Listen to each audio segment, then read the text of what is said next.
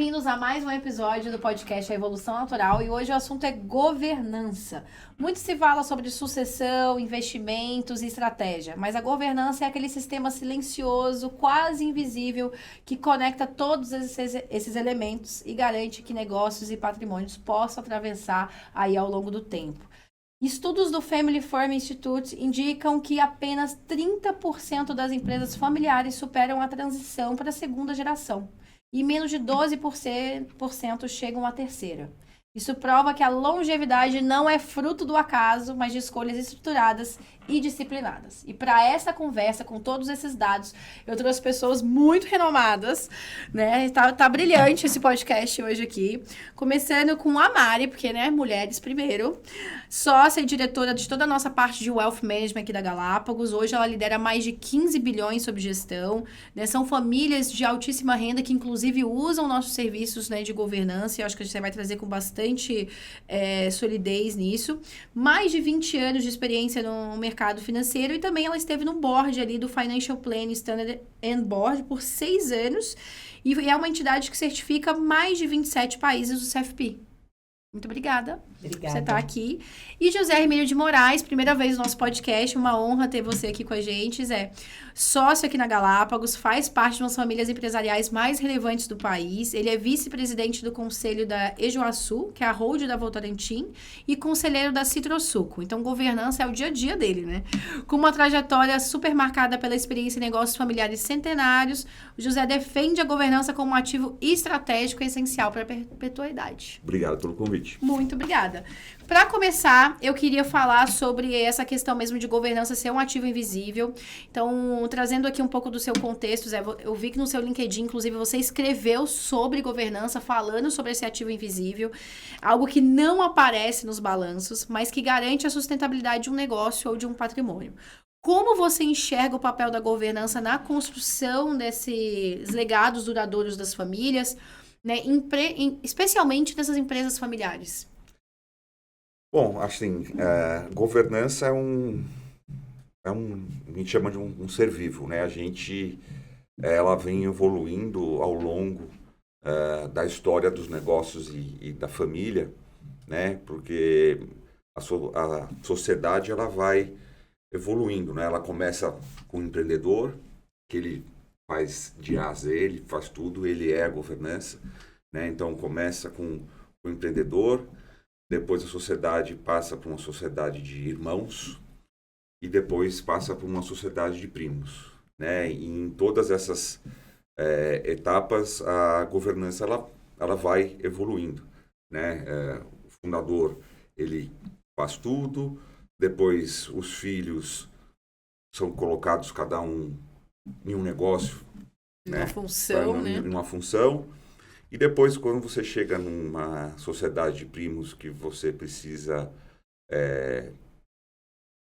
evoluir nesse sentido de a empresa cresce em PA e a família cresce em PG. Então, você não tem lugar para todo mundo, né? Então, você definir regras, né, e atender...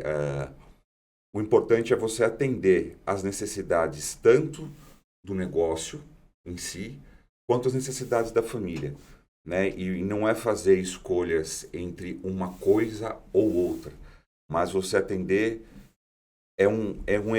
são ambas as necessidades, né? A empresa ela não vive sem a família traz a credibilidade, o apoio, o capital para o negócio, né? E os negócios têm que também andar de uma maneira independente, né? Então, você evoluir a governança e trazer esse equilíbrio e essa harmonia entre essas duas relações é fundamental à medida que os anos vão se passando e você vai conseguindo acomodar isso. E para cada momento que você trouxe aí, com certeza tem um tipo de governança que é mais indicado, né? Assim, o primeiro do empreendedor não tem governança nenhuma, né? Basicamente, faça tudo e todo mundo tá ali. E à medida que vai crescendo, as coisas vão se organizando. Você vai separando, né, as operações, separando o dia a dia, dos negócios para assumir uma posição mais estratégica, pensar no futuro dos negócios, né? Todos, apesar de uma família centenária, nem todos os negócios são eternos, então a gente está mudando e reciclando o portfólio ao longo do tempo é importante, né? Às vezes não são decisões fáceis de serem tomadas, porque muitos, né, não na minha geração, que é a quinta, mas aqueles que viveram os negócios em si, às vezes é mais difícil você tomar a decisão de sair de um negócio que você teve durante muito tempo, né? Então, a Votorantim, ao longo da sua história, ela reciclou muito o seu portfólio. Ela começou com tecidos, tinha cana-de-açúcar, tinha transportadora, e ao longo do tempo a gente foi vendo que a necessidade da gente focar nos core business, né, era mais importante do que a gente ter negócios muito abertos e diversificados, que eram necessários na época, porque a gente não tinha empresas que pudessem suprir as necessidades, né? Então a gente verticalizava muito a operação. E hoje em dia a gente procura focar bastante no nosso core business. Mari, até olhando isso tudo que o Zé trouxe, eu queria entender assim, você olhando para as famílias que você atende, né? Quais são as estratégias que você acha que foi mais eficaz para alinhar os interesses entre as gerações, entre os negócios, né? De ter essa convergência que ele está falando, né? Que todos têm que estar juntos para as necessidades tanto da empresa quanto da família, sem perder, de fato, essa eficiência do negócio. Sobre o nosso ponto de vista, nós olhamos para a família, independente da operação da empresa. Porque para nós são duas coisas distintas. A vida da empresa, a governança da empresa, as estratégias, como o Zé colocou aqui, são da empresa, não necessariamente as pessoas ou a família estarão nesta empresa.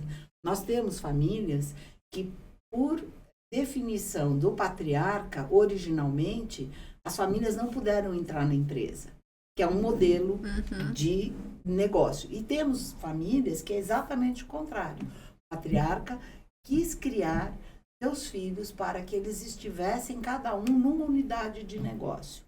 Então, esse é operacional. Aí você tem o familiar, patrimonial, que é o que a gente cuida, que é o patrimônio da família. Então, imagine você que os irmãos, que eles começaram irmãos pequenininhos, viram adultos, viram sócios. Né? Que é uma relação bem diferente, né? Necessariamente falando, sócios da empresa, mas eles viram sócios de um patrimônio comum, que é o patrimônio da família. E a nossa orientação é a segregação dos patrimônios, porque muito lá atrás você tinha famílias que usavam a estrutura da pessoa jurídica. Usavam o jurídico da pessoa jurídica, usavam o contábil da pessoa jurídica, misturavam os bolsos das pessoas físicas com as pessoas jurídicas. É péssimo, né? Isso não é nada profissional, nada disciplinado. Então, o nosso trabalho, já há alguns anos, é de separar os bolsos e os patrimônios, criar estruturas propícias, por exemplo, uma família que tem muitos imóveis, a holding patrimonial que vai deter estes imóveis para poder fazer um planejamento sucessório ou não, colocar ou não os familiares, tem tantas possibilidades, né? Então, nós, em primeiro lugar, tratamos de forma distinta. Em segundo lugar, tentamos, no patrimônio como um todo, incluir a família, da nossa sugestão de que quando você tem um patrimônio comum, ele muito bem estabelecido, por normas e regras claras de convivência, você vai ter um poder muito maior perante o mercado em todas as classes de ativos. Não só no mercado financeiro, mas no mercado imobiliário também. Só que tem que existir a estrutura de governança. E ninguém nasce sabendo, ninguém nasce. Não. É o que eu disse, nasce-se irmãos, de irmãos viram sócios, de sócios precisam ter aquele toque profissional. E aí nós entramos, a gente não tem história de família, nós vamos entrar com os processos de implementação. Então, de estruturação, quais são os veículos que nós vamos utilizar, se é na pessoa física, Mas você se é na sente pessoa... que a família, às vezes, fica, vamos dizer assim, mais, né, ressabiada de receber isso, até porque isso muda um pouco da cultura. É uma terceira pessoa que está vindo falar do nosso processo. O que ela entende da família? É importante você ter, né, um apoio externo de uma empresa, de uma consultoria, porque relação familiar tem emoção envolvida. Sim. Né? E a emoção, às vezes, né? ela atrapalha. E você tem que ter conversas difíceis, né, entre os familiares, estipular regras que, às vezes, no começo é difícil de você aceitar, mas isso vem com o tempo, as coisas se acomodam, né? Você definir, deixar bem claro os papéis de cada um, em quais instâncias de governança, né? Você consegue ter, no nosso caso, a gente montou uma holding proprietária, né? A gente separou a holding proprietária do dia a dia dos negócios. Então, na Ijuaçu, a gente a gente define, né, os objetivos de longo prazo do negócio, retornos, níveis de alavancagem, entrar e sair de negócios. Uma outra coisa importante é ser o guardião dos valores e da cultura da família e fazer com que isso, ao longo dos anos, permaneça dentro da empresa. Então, você, ao mesmo tempo, também tem que dar autonomia e independência para que os negócios andem por si só, né? Porque a gente passou por fases onde a gente chama... A gente tinha um caixa único, então você tirava dinheiro de um lugar, colocava no outro, né? Não tinha muito uma separação onde cada negócio andava de forma independente, tinha sua vida. Então, eu tirava dinheiro do cimento, põe dinheiro no alumínio, pegava do alumínio, colocava no aço. Você está falando da operação. Da operação. Então, a gente dividiu. Da holding. Na holding, a holding ela só ela dá os objetivos de longo prazo e monitora isso. Né? E a gente separou quem fica na holding e quem vai ficar mais na operação. No conselho das operações e não na operação de fato no como dia a dia, executivo. mas como conselheiro. Isso. Então, é um modelo completamente diferente, porque nessa estrutura você tem um single family office que atende a família. No nosso caso, o trabalho que a gente faz aqui na Galápagos é um multifamily office, nós atendemos várias famílias. Sim. E com perfis diferentes. Mas no final do dia, a estrutura da família e as questões familiares, elas são as mesmas. Né? Então, são muito parecidas, são né? muito parecidas. Só muda o endereço. Os desafios são os mesmos. Mas a gente aprende muito na forma como a gente lida com as questões das famílias. Às vezes a gente abre um caminho e para uma outra família a gente já está com esse caminho aberto. Sim. Isso é muito interessante. A gente tem, inclusive, situações, você fez uma pergunta, como é que a gente entra? Às vezes é o patriarca que está angustiado, sozinho, ele não tem com quem bater bola, ele precisa de uma ajuda, ele vem através de advogados da sua confiança, advogados que conhecem o trabalho que a gente faz, já nos indicam, já faz um trabalho conjunto conosco, porque normalmente o advogado, ele faz, ele vai lá na última página, implementação e execução daquilo que foi decidido.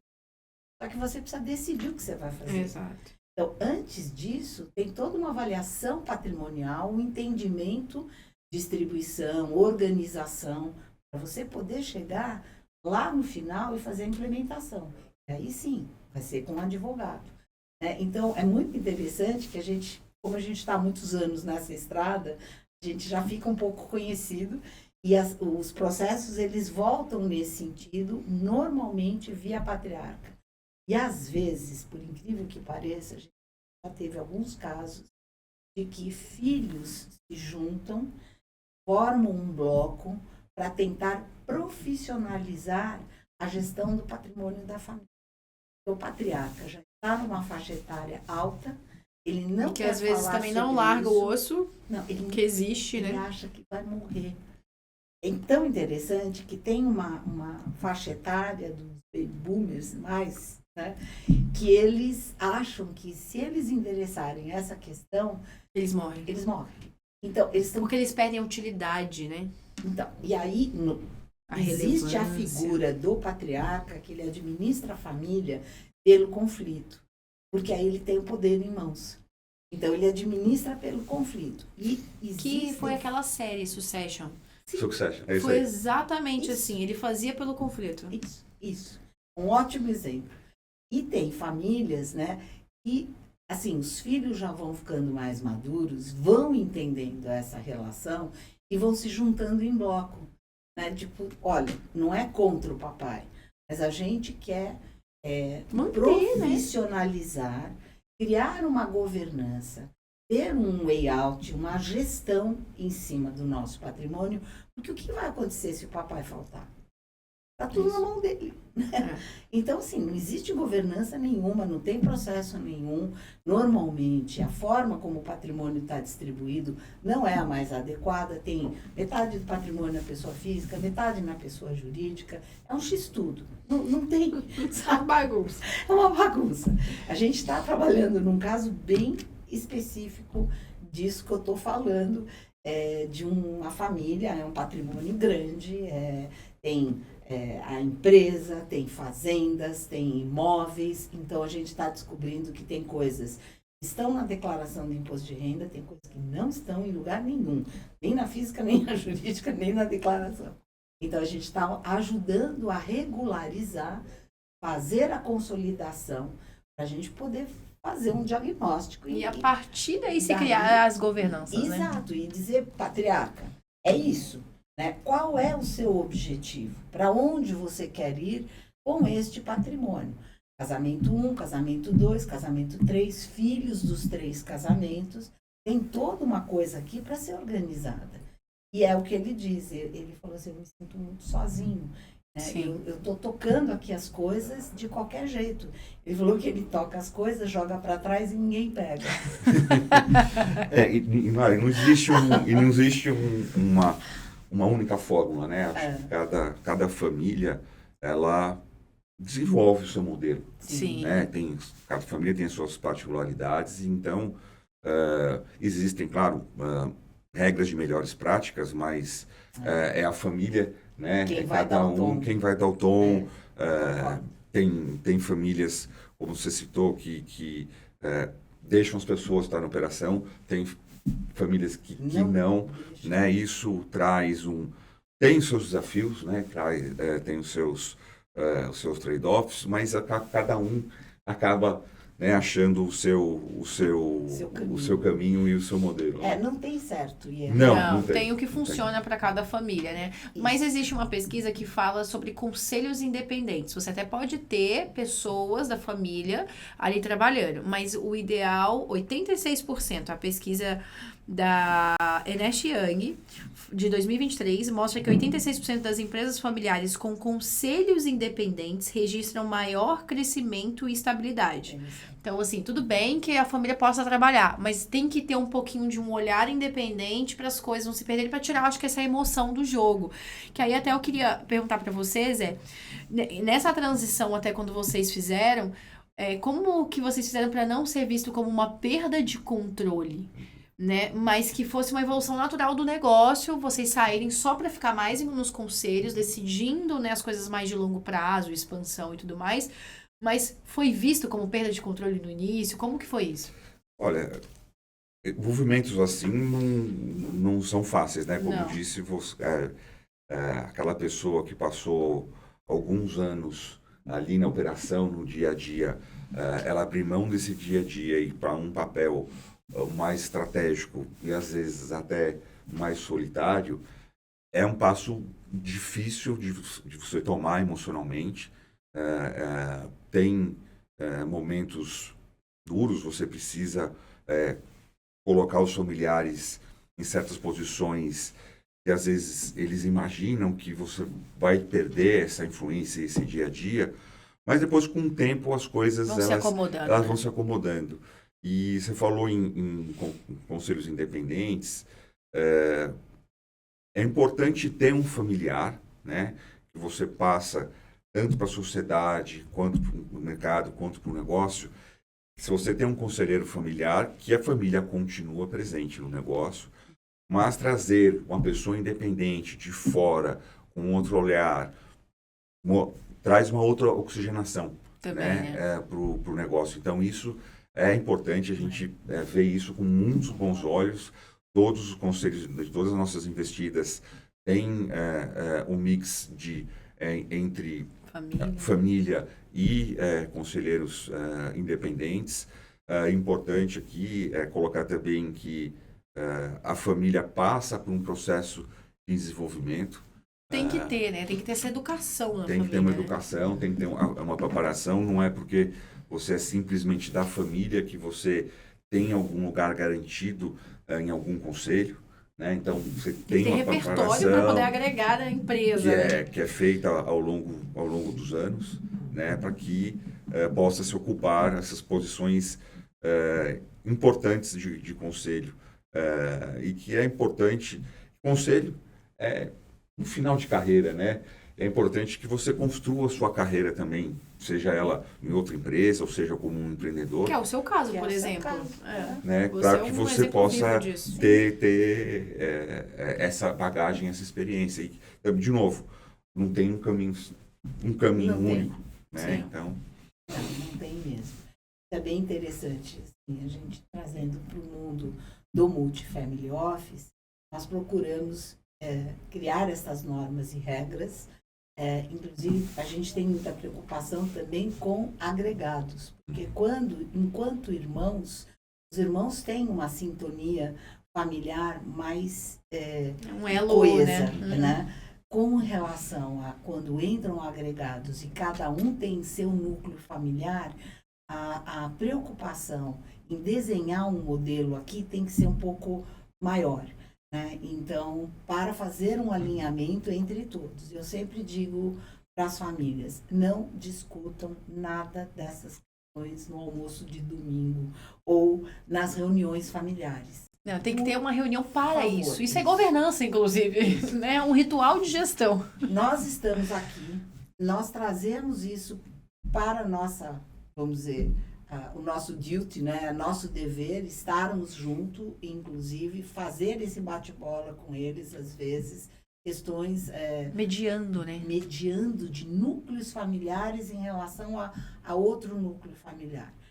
É muito interessante, porque, assim, lidar com o patrimônio, lidar com a parte quantitativa é fácil, porque a gestão de patrimônio, você é um profissional, você estudou para isso, você faz isso. Lidar com pessoas. É o maior desafio. Inteligência emocional, né? E como você traz todos à mesma mesa para pro consenso. Coisa consensual, que é bom para todo mundo. Porque é você mostrar que eles juntos são muito melhores e mais poderosos do que se cada um tirar, vamos dizer, o seu patrimônio e dizer, olha, eu vou seguir minha vida aqui sozinho. Você pode até fazer isso. Você tem participação acionária de uma empresa, onde na empresa você permanece acionista, não faz parte do conselho, você é um acionista, recebe distribuição de dividendos, está tudo certo. Você vai cuidar da sua vida patrimonial de forma apartada. Não é a mesma coisa. É como a nossa partnership no final. O interesse coletivo tem que estar acima do individual, também nas empresas familiares. Esse é um exercício muito importante. Mas é um exercício difícil, só que você tem que ir descendo isso como quase um método catequético. É um mantra. Isso tem que ser, e que é o que a gente está feito aqui na nossa partnership, né? Não é sobre uma pessoa, não é sobre aquela pessoa que tem mais ou menos, é sobre a empresa e o interesse do coletivo. Mário, você falou, é importante separar, né? Tem reuniões familiares, né? Que a gente se reúne para estar feliz, junto, abraçando. E tem reuniões, você misturar os assuntos, né? É uma boa prática. Nós temos encontros periódicos, 2 vezes. Tem um encontro de final de ano onde vai que é da família inteira. E esse não pode falar de negócios. Esse não se fala de negócios. Não, e encontros... é uma forma de você, na realidade, confraternizar com a família toda. Né? E encontros duas vezes por ano, que são reuniões de acionista, onde você traz os resultados, explica as estratégias. E é muito importante, como eu coloquei antes, não se tem lugar para todo mundo, mas o senso de pertencimento, que você está sendo participado de certas decisões, entende o que está sendo feito, é muito importante para que aqueles que estão nas cadeiras dos conselhos e nas instâncias de governança também se sintam apoiados pelo restante da família. Sim, né? Porque representados, representados e legitimados a estarem lá. Né? Então, a gente às vezes faz muito uma analogia do futebol. Né? Tem arquibancada, está torcendo por você, né? E o time que está jogando em campo. Então, são duas coisas muito importantes, elas não conseguem andar sozinhas, e o senso de pertencimento da família, você continuar influenciando e continuar participando aqueles que não estão no dia a dia, é muito importante para manter uma coisa que chama-se união. Né? A união familiar, ela traz, todos até bancos citam isso, que a nossa nota de crédito é melhor até por essa trajetória da família, que mostra a união da família. Que a governança faz parte do valuation. Faz parte do valuation, né? E você, em momentos difíceis que todos os negócios passam, é que você vê que a união... Que a partnership de fato funciona. Que a partnership faz diferença.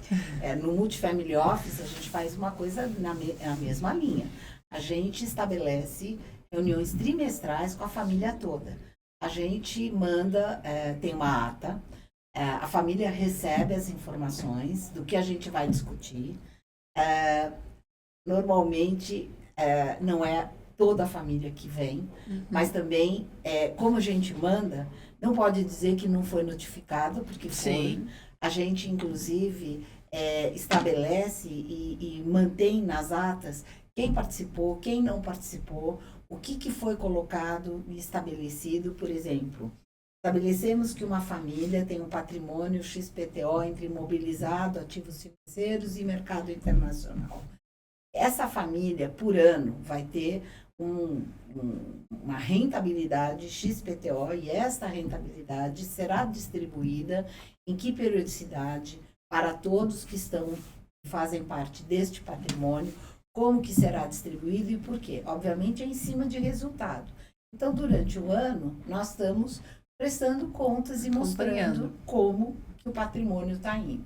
Tem aqueles que só querem chegar no final do ano e tirar dinheiro.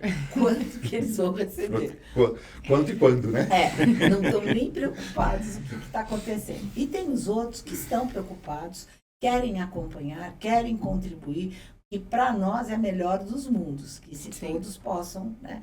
Temos uma pessoa que é a nossa interlocução diária e a gente faz essa prestação de contas. Agora, também não pode dizer que não sabia, porque tudo é muito formal, tudo é muito transparente, e existem, inclusive, atas que aqueles que não puderam participar têm acesso a estas atas para lerem o que aconteceu, o que foi definido e como foi definido. Isso é governança. Sim. Né? Quando você tem estes fóruns onde você traz os números de maneira aberta, você estava dizendo, explica o que está acontecendo.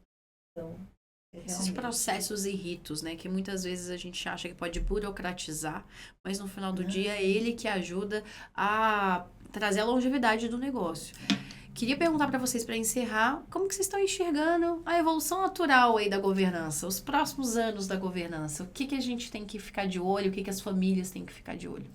Eu diria que estas gerações atuais, elas estão mais qualificadas e mais abertas para terem questões de governança, até pela questão acadêmica, né? Então, acho que as gerações anteriores, imigrantes que vieram ao Brasil, que passaram por várias dificuldades, inclusive o Brasil teve uma década de 80 muito difícil, onde muitos negócios não saíram, quer dizer, quebraram. Sim. Muitas empresas ficaram pelo meio do caminho. Então, a preocupação maior era o dia seguinte, era manter a empresa... Pagar o jantar, né? Exato. Então, não se tinha esse olhar de planejamento, de governança, não se tinha. Mesmo na questão acadêmica, não era algo assim... Informações, né? Era no dia a dia. Aprendia no dia a dia. Exato, porque num país assim, tumultuado como o nosso e animado, né, como é o nosso, não dava para você fazer isso. Mas nos Estados Unidos você já via isso acontecendo porque vivia um outro momento. Então, acho que as próximas gerações, elas estão vindo muito melhor preparadas para isso. Tanto que a gente vê as empresas, startups, que elas começam já com acordos de acionistas. Acordo de acionista, um conselho independente, já começa com os mínimos processos. Então, isso não acontecia antes. Sim. Né? Então, até hoje, nós temos empresas de clientes nossos que 2 jovens saíram da faculdade, fizeram uma empresa que fatura 1 bi por ano, não tem acordo de acionistas. Nunca foi feito. Né? E agora tem que ajustar. Agora tem que ajustar, porque na falta de um, você tem o herdeiro do outro sentado na cadeira Sim. do pai. Então, situações bem difíceis. Não de empresas de grande porte, mas de middle market. Mas no final do dia, a governança são para todas as empresas. Para né? todos os tamanhos. É muito tá importante falando você ter regras já pré-estabelecidas, né? Acordo de acionistas, se alguém eventualmente um dia quer deixar de fazer parte do negócio, como é que você sai do negócio, né?